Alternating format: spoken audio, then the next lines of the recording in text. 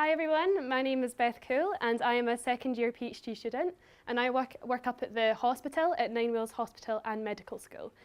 Just for anyone who might not know, a PhD is basically when you spend around 3 or 4 years searching and researching a very specific subject and finding out something new about that subject. So my subject is the connection and the relationship between obesity and Alzheimer's disease. So just as a show of hands, does anyone here know anyone that has Alzheimer's disease or any other form of dementia? Can anyone put their hand up? Okay, so maybe about 50%. I would probably expect more than that, but hey-ho. So what actually is Alzheimer's disease and how does it differ from dementia? So dementia is actually an umbrella term used to describe a range of symptoms associated with what we call cognitive impairment. And cognitive impairment is basically just a term for basically when your brain stops working properly. So you might have memory loss, you might have behavioural changes, you might have mood changes, amongst other things as well. So the most common cause of dementia is Alzheimer's disease at around 75%. And then we have vascular dementia, which is the second most common cause, around 20 to 30%, and so on and so on. Currently, there are 850,000 people living with dementia in the UK. And this number is actually expected to rise to 1 million by 2025 and increase to 2 million by 2050. So if everyone here was lucky enough to reach the age of 85, there would be a 1 in 2 chance that you will live with dementia. And if you don't live with dementia, then you'll be caring for someone who does. Okay. So in 2012, dementia research received 6 times less funding than cancer research did. And in 2015 to 2016, dementia research charities funded dementia research approximately £23 million. However, cancer research charities managed to fund their researchers £310 million. So this is despite the fact that both dementia and cancer actually cause the same number of deaths per annum, so per year. And on top of this, dementia, social and medical care actually costs the UK economy more than cancer care and heart disease care combined. So there's definitely a massive disconnect here. And I believe that part of this disconnect is due to the lack of knowledge about what Alzheimer's disease and other dementias actually are. So I've got a picture here of 2 different brains, and does anyone want to make a guess as to what is different about these 2 brains? Anyone? Yeah? One's healthy, one's not. Yeah, so, yeah, do you want to answer? Okay. So would everyone here agree that the brain on the right is probably shrunk compared to the brain on the left? Yeah? So we're all in agreement. So this is basically, the one on the left here is the brain of someone who's healthy, and the one in the brain on the right is the brain of someone that is living with dementia or Alzheimer's disease. So you can see here there's massive brain shrinkage, and this can contribute to some of the signs and symptoms that we see in Alzheimer's disease and dementia. So there are many different symptoms that occur in dementia. So we have loss of memory here, we have difficulty understanding words or speaking words, there's disorientation in time and space, there's mood changes, there's behavioural and personality changes, and there's also sort of difficulties doing simple tasks, things that you and I might find relatively easy. For example, maybe counting change when you go to the shop, something like that, maybe setting the dinner table, things that you and I might find, yeah, pretty easy. Someone that's living with dementia might find very confusing or quite difficult. Okay, so what actually causes Alzheimer's disease? What causes dementia? So the short answer is we're not particularly sure, but there are many different theories. And one of the most popular theories is the amyloid theory. And this has been studied for many decades now. And basically, amyloid is a protein that is produced by your cells in your body, and it's usually produced at a pretty healthy, pretty normal rate. So it's produced through this pathway here. So I'll just take you through it briefly. We start off with a protein called the amyloid precursor protein. And this protein is cut, where the scissors are, by another protein that we call base 1. This produces an intermediate protein here that you can see in the middle, which is cut again to form amyloid beta, which is the amyloid protein.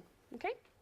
So as I said previously, amyloid is produced by the cells in your body, and it's cleared away, it's normally cleared away so as not to cause any harm.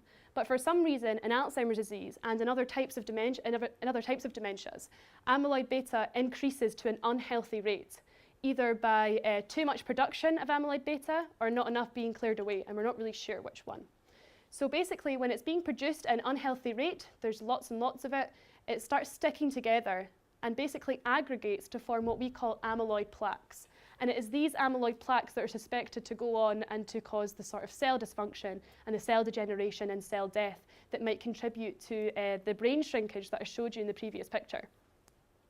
So amyloid plaques are actually visible when we stain from them. So I've just taken this image from a paper that I found, and this is an Alzheimer's mouse model. So this is a mouse brain, and we've stained for amyloid in this, and you can see all the sort of black dots there. That's the amyloid plaques there. So they actually do become quite visible when you have stains toward them. Okay. So due to the fact that amyloid plaques are a hallmark sign of Alzheimer's disease, and they've been studied sort of extensively, a lot of clinical trials and treatments toward Alzheimer's disease are focused on removing these plaques and taking them out of the picture and reducing the amount of them. However, most, if not all, of these clinical trials have actually failed and haven't shown any beneficial results. And the reason for that, I believe, is that we're looking too late in the disease. There's already too many amyloid plaques, all the damage has been done, and even reversing the signs of the amyloid plaques is not having any beneficial effect on your cognitive function.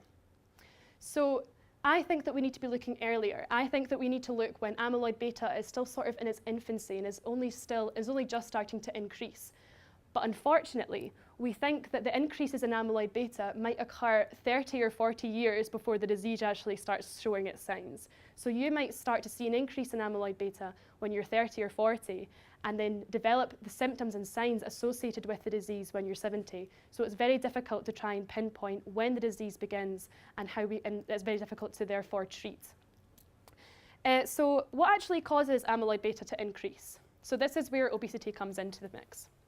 So obesity is basically a global pandemic. It happens when someone is eating too much and not exercising enough, and results in a sort of an accumulation of fat on the body. So obesity is associated with a number of other disorders. It's associated with type 2 diabetes. It's associated with heart disease. But what you might not know is it's actually associated with brain dysfunction as well. So when you are obese or type 2 diabetic, maybe in your mid to late life, this actually increases your chances of developing Alzheimer's disease by 50 to 100%, depending on what study you look at. Furthermore, people who are obese or are type 2 diabetic show lots of signs of brain dysfunction, such as difficulty with problem solving. They show memory loss problems, etc., even in the absence of Alzheimer's disease or dementia. Furthermore, those who have any type of heart disease or cardiovascular disease has an increased chance of developing Alzheimer's disease and dementia as well, and vice versa as well. So there's definitely some sort of relationship going on here, and that's basically what my PhD is trying to investigate. So in our lab, we are able to look at the tissues and organs from both mice, so mouse models of obesity and diabetes, and also we can look at the tissues and organs from overweight and obese people. So the way to make an animal obese or diabetic is just to simply feed it a high-fat diet, so a sort of a high-sugar, high-fat diet. And then furthermore, we can get tissues and organs from people that might have undergone some sort of surgery, like a bariatric surgery or something.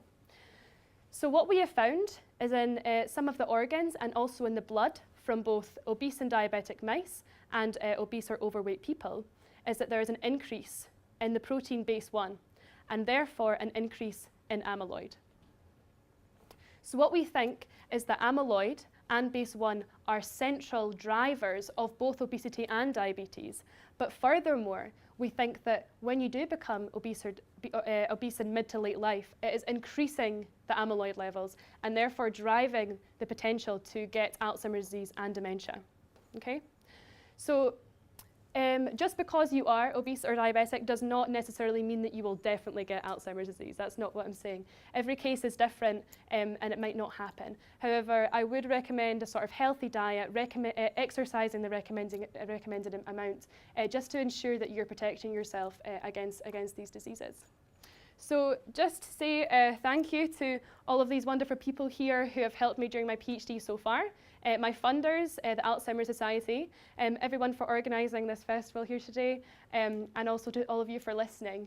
And just as a final note, I would like to dedicate this talk to my Nana, who has unfortunately passed away now, but she was diagnosed with vascular dementia when I was, I think, around 8 or 9. And that basically really inspired me to get into dementia research, and is probably the reason that I'm actually doing this PhD now. So just dedicating that to her. Thank you for listening.